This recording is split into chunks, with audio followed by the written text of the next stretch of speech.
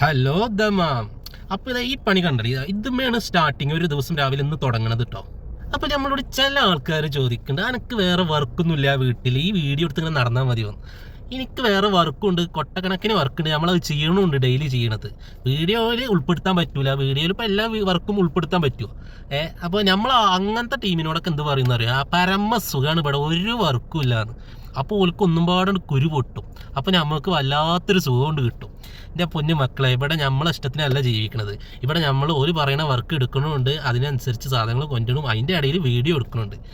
എല്ലാവരെയും കുറിച്ചിട്ടല്ല കേട്ടോ, കുറച്ച് പേർക്ക് മാത്രമേ ഉള്ളൂ. അതുപോലെ ഒരു സംഭവമാണ് ഈ ഡ്രൈവിങ്ങിൽ പോയി ഹൗസ് ഡ്രൈവറായി നിൽക്കുമ്പോൾ അത് ഇടങ്ങേറ് പിടിച്ച പണിയാണ്, എനിക്ക് നാട്ടിൽ പോയിക്കൂടെ എന്നൊക്കെ.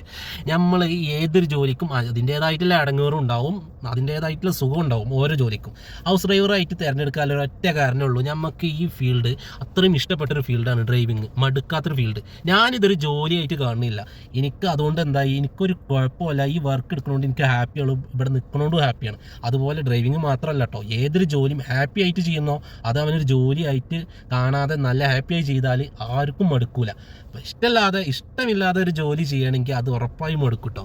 അപ്പോൾ എനിക്കിവിടെ വേറെ വർക്കൊന്നും ഇല്ലേന്ന് ചോദിക്കണവർക്ക് ഞാൻ കുറച്ച് വീഡിയോ ഇതിൽ ഇട്ടിട്ടുണ്ട്, അതൊന്ന് കണ്ടിട്ട് ഒന്ന് സമാധാനിച്ചാൽ ഉണ്ട് കേട്ടോ, വർക്ക് എനിക്ക് അത്യാവശ്യത്തിന് ഉണ്ട് എന്ന് മനസ്സിൽ വിചാരിച്ചിട്ട് ആശ്വാസപ്പെട്ടു കേട്ടോ, കുറച്ച് പേരോട് മാത്രം. അപ്പോൾ ഇനി അടുത്ത വീഡിയോ ആയിട്ട് വീണ്ടും കാണാം. Okay, by.